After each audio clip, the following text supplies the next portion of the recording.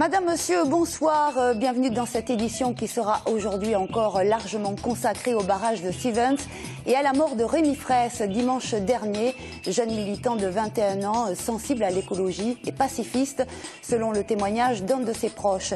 Et tandis que la classe politique se déchire sur le site de Stevens, les opposants au barrage s'organisent pour empêcher la reprise des travaux. Nous le verrons dans cette édition. Enfin, stop au harcèlement de rue à Toulouse. Une page Facebook a été créée pour dénoncer ce phénomène qui ne touche pas que les femmes. Mais tout d'abord, l'enquête sur la mort de Rémi Fraisse s'oriente vers la thèse d'un décès dû à la grenade d'un gendarme. On l'a appris cet après-midi par le procureur de la République d'Albi. On a retrouvé des traces de TNT sur certains scellés provenant des effets vestimentaires de la victime. Claude Derens a également expliqué qu'il se dessaisissait de l'affaire au profit du parquet de Toulouse. La famille du jeune homme a déposé 2 plaintes, l'une pour homicide volontaire et l'autre pour violence ayant entraîné la mort sans intention de la donner. L'avocat met en cause la responsabilité des gendarmes. Après la mort de Rémi Fraisse, la classe politique se déchire aujourd'hui. Au plan local, Europe Écologie Les Verts Midi-Pyrénées indique dans un communiqué, je cite, qu'ils ont été nombreux à alerter le président du Conseil général du Tarn et le préfet du département sur les violences qui se sont déroulées à plusieurs reprises sur la zone du Testé et n'acceptent pas d'être assimilés à des violents ou radicaux. Au pied de la forêt de Stevens, le chantier interrompu ne devrait pas redémarrer tout de suite. Pour l'heure, la réalisation du barrage n'est pas remise en cause, même si les préconisations des experts devront être prises en compte. Ce matin, le procureur de la République d'Albi, accompagné de personnalités politiques, se sont rendus sur place pour rencontrer notamment les opposants au barrage. Ils seraient près d'1 millier venus de toute la France et de l'Europe. Ils sont installés à quelques centaines de mètres des travaux et s'organisent pour déménager le campement sur le site du futur barrage. Objectif, empêcher la reprise des travaux. Quelles sont leurs motivations? On écoute le témoignage de Nemo au micro de Sophie Voinis et Alain Sorat. Pourquoi tu as décidé de venir t'installer ici sur ce site? Pour défendre des valeurs, plusieurs valeurs, et notamment une valeur humaine. Parce qu'il y a des choses vraiment pas belles qui se passent ici au niveau des violences policières. Et ce qui vraiment est, on pourrait dire dramatique, c'est que la CACG, l'entreprise qui fait les travaux ici, a déjà fait un autre barrage, le barrage de Fourogue, où ils ont construit, pareil, déboisé, construit le barrage. Et 1 an après, la justice a dit, écoutez, votre barrage était illégal, vous n'avez pas le droit de le faire, à cause de la faune et la flore et plein d'autres choses. Pourtant, comme il est là, bah voilà, il est fait et on le garde. Et vous avez l'impression que c'est quelque chose qui va se reproduire ici sur ce site? On a vraiment peur de ça, oui. Nemo, c'est un nom de code? Oui, un nom de clown, comme je suis clown activiste. Il y a Nemo et puis il y a des Camille aussi. Il y a plein de Camille partout. Pour quelle raison?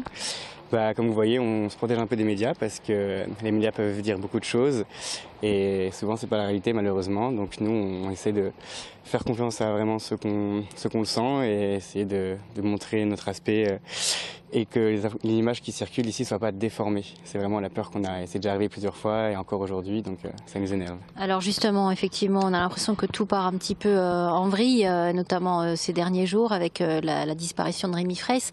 Quel regard tu portes toi sur ces événements qui se sont déroulés? Comme tout le monde, c'est dramatique. C'est dramatique qu'il faille en arriver là pour qu'enfin les médias, enfin la politique s'intéressent à ce genre de choses. Ça fait 2 ans que des gens me disent que dénoncent ce projet. Là, les médias vous suivent depuis 2 ans. Les médias nous suivent, mais trop peu malheureusement, parce que les travaux ont commencé, la politique n'a même pas suivi. Il y a peut-être quelques médias qui étaient là, mais ça ne suffisait pas. Et depuis le 1er septembre, des barricades ont brûlé, on parle de plus en plus du barrage. Et là maintenant, on en parle encore plus avec cette mort et c'est horrible d'en arriver là, quoi. Qu'est-ce que vous attendez tous ici aujourd'hui? Ici, on attend que le gouvernement arrête le projet et que les coupables de cette immonde chose soient reconnus. Et que voilà, il y ait une justice qui soit vraiment rendue, quoi. C'est vraiment cette frustration qu'on ressent ici, un besoin de justice énorme. Alors qu'est-ce que vous faites ici pour que ça change et pour qu'on inverse la tendance, pour qu'on arrête ce projet? Qu'est-ce que vous faites de vos journées? Par exemple, ici, les journées ne sont jamais les mêmes, mais notre but maintenant, c'est d'arrêter les travaux, de les stopper, de les ralentir pour que la justice dise enfin sa décision si oui ou non ils arrêtent le barrage. Donc nous, ce qu'on fait, on essaie de ralentir comme on peut. Donc là, on prépare un peu l'hiver, on construit des cabanes, on se réorganise un petit peu parce que ce week-end c'était un week-end chargé, donc on essaie un petit peu de remettre la coordination entre nous. Et puis on va continuer à militer, à se faire connaître et à parler autour de ce projet un peu partout dans la France. Quand tu dis on prépare l'hiver, vous comptez être là à l'arrivée de l'hiver et pendant l'hiver? Bah s'il faut, on tiendra jusqu'au bout, donc on s'y prépare s'il y a besoin. Alors une journée type Nemo, c'est quoi? Elle est différente pour tout le monde, je peux pas vous dire. La tienne? Moi la mienne, je me lève quand je me le sens, quand je le sens, et puis je vais voir s'il n'y a pas de choses sur la zone urgente à faire, comme par exemple aller voir s'il y a des gendarmes, des choses comme ça. Petit déjeuner, et puis après on se renseigne avec les AG, différentes discussions des gens, ce qu'il y a à faire, où est-ce qu'on se sent le mieux, simplement discuter, construire des choses, enfin voilà. Comment se passe la communication avec les gendarmes justement qui sont sur site, hein? Écoutez, moi depuis que je suis revenu ici, j'ai pas vu de gendarmes sur le site. Donc depuis dimanche, je peux pas vous dire comment ça se passe. Mais en général, ils arrivent quand il y a les autres machines pour venir tout détruire la forêt. Donc du coup, c'est souvent très rapide, ils arrivent, ils dégazent, et puis ça commence des affrontements. Parce que ce qu'on dénonce depuis le début, c'est une présence disproportionnée des forces de l'ordre. Est-ce que toi, c'est ce que tu as ressenti ici? Moi oui, depuis le 1er septembre et des premières semaines, j'ai vraiment remarqué que c'était des combats inégaux. Parce que les armes ne sont pas du tout les mêmes déjà. Et il y a un nombre pas possible d'argent dépensé pour venir occuper la zone militairement, et c'est pas justifié du tout, quoi. Parmi les opposants au barrage, il y a aussi des casseurs. Tu les connais?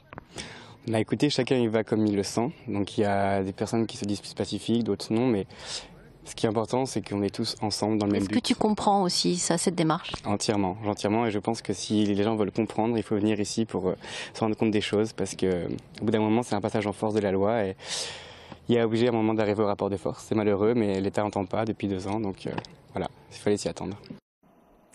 Quel est le profil de Rémi Fraisse? Nous avons rencontré Pascal Barbier, élu Europe Écologie Les Verts, qui est un ami de la famille. Il siège au conseil municipal de Plaisance-du-Touche avec le père de Rémi.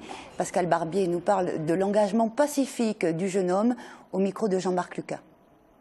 Rémi, c'est un étudiant. Un étudiant qui vient de finir ses études BTS environnement en juillet dernier. Il a 21 ans. C'est quelqu'un qui est sensible c'est un amoureux de la nature. Il a fait un BTS environnement. Il a été ensuite bénévole dans une association environnementale, Nature Midi-Pyrénées, en tant que botaniste. Donc c'est vraiment un amoureux de la nature. Voilà qui est Rémi. C'est pas un militant. Au sens engagé politique ou des choses comme ça. Il était au mauvais endroit au mauvais moment, et c'est un drame parce que voilà, on ne devrait pas pouvoir vivre ce genre de situation. C'est inacceptable. On avait un certain nombre d'occupants du terrain là-bas et des manifestants qui sont venus apporter leur soutien, qui ne sont pas violents, qui sont même non violents pour la plupart, et qui ne veulent pas résoudre les problèmes par la violence. Ce qui est important aujourd'hui, c'est que la mémoire de Rémi soit respectée, ne soit pas bafouée. On entend trop de choses qui sont totalement détestables. Moi, je voudrais me focaliser sur ce sujet-là. Voilà ce qu'on pouvait dire aujourd'hui au sujet de la mort de Rémi Fraisse sur le site de Sivens et de la polémique politique qui enfle à ce sujet. Nous y reviendrons également demain dans votre journal. Une stop au harcèlement de rue à Toulouse. Une page Facebook a été créée par une jeune Toulousaine qui a subi des insultes sexistes. Le principe est simple, recueillir les témoignages des victimes de ces agressions morales et physiques à Toulouse.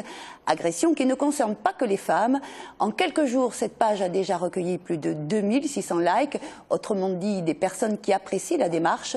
Le harcèlement de rue est un phénomène bien connu de l'association Oser le féminisme, qui pointe du doigt ce type de comportement. On écoute Émilie Tessèdre, porte-parole de l'association, au micro de Marlène Canal. Ça peut être aussi des hommes, mais il y a une grande majorité à l'encontre des femmes, notamment beaucoup sur leur tenue vestimentaire.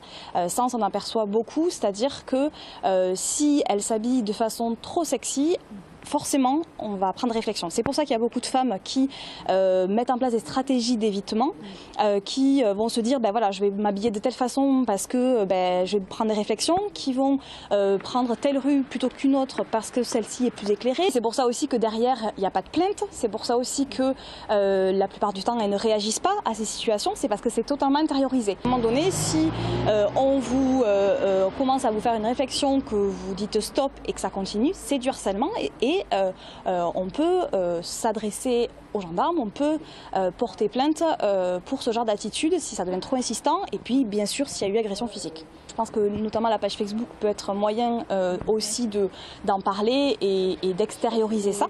Et je pense qu'il y a un gros volet quand même d'éducation aussi à faire, des garçons et des filles. Auprès des garçons sur non, l'espace public ne t'appartient pas, respecte les autres personnes qui sont dans la rue, notamment les femmes. Et il y a d'autres façons de draguer que de siffler quelqu'un dans la rue. Comme tous les mardis, il y a du rugby ce soir sur TLT à 20h. Cette semaine, l'invité de Bonus Rugby Pro D2 est Charlie Platek, ailier à Montauban. On regarde tout de suite un extrait. La saison se joue là, les garçons. 14 et 15 points, c'est l'une des deux équipes qui... C'est un match couperé pour les deux. Avec tout le respect que j'ai pour Castres, Castres va jouer avec la peur et les autres vont jouer avec l'envie. C'est pas la même... C'est pas la même physionomie. Là, Brive reçoit le double finaliste du championnat de France. Et voilà, Castres, ils sont attendus. Brive, ils ont... Qu'est-ce qu'on va dire? Brive, ils ont quand même un petit peu moins la peur au ventre, quoi. On annonçait sa mort au début des années 90. Le format numérique devait confirmer sa disparition, mais manifestement, le vinyle est un dur à cuire. La demande autour de ce format est toujours là, à tel point que la médiathèque Saint-Cyprien propose désormais en prêt. Reportage signé Émilie de Freitas. À la médiathèque de Saint-Cyprien, près des CD, se trouve une nouveauté, ou plutôt un grand oublié, revenu à la mode, le vinyle. À l'origine, 2 salariés de la bibliothèque et leur passion pour l'ancêtre du CD ont voulu le remettre à la page, pour le plus grand bonheur des amateurs. Tu fais corps avec la musique en quelque sorte, même si c'est pas toi qui chantes. Et ensuite, il y a tout ce qui vient autour, c'est-à-dire les craquements, les petits bruits qu'on n'entend pas sur le CD, parce que sur un CD, c'est tout net. Le grain est particulier, le son est différent. Puis le fait de mettre la gestuelle, de mettre la platine, de mettre le vinyle, de souffler dessus pour enlever poussière, de le poser, de le voir tourner, c'est nettement différent. Puis ça survit aux époques un peu plus que le CD. Ils ont mis une platine et pour l'écoute c'est super sympa, ça permet de découvrir les artistes aussi. 110 vinyles peuvent être prêtés pour une durée de 3 semaines renouvelables. La médiathèque en attend 32 plus en novembre. Si cette initiative permet à certains de découvrir le vinyle, il y a tout de même une véritable demande influencée par le géant de l'industrie musicale. Je pense que cette mode qui vient des États-Unis a une grosse influence en France et notamment dans les grandes villes comme Toulouse. Voilà, donc c'est intergénérationnel, ça dépend des personnalités de chacun, ceux qui sont fans du rock, fans de classique, voilà, c'est très hétérogène. Et donc on a acheté le même genre de musique en vinyle afin de pouvoir satisfaire les usagers. Un vinyle coûte entre 25 et 30 €. Le budget de cette expérimentation s'élève ainsi à 4 000 €. Pour que l'opération s'étende aux autres médiathèques toulousaines, il faudra déterminer si le vinyle n'est pas trop fragile pour être prêté plus régulièrement. C'est la fin de cette édition. Merci de l'avoir suivi. Je vous souhaite une très bonne soirée.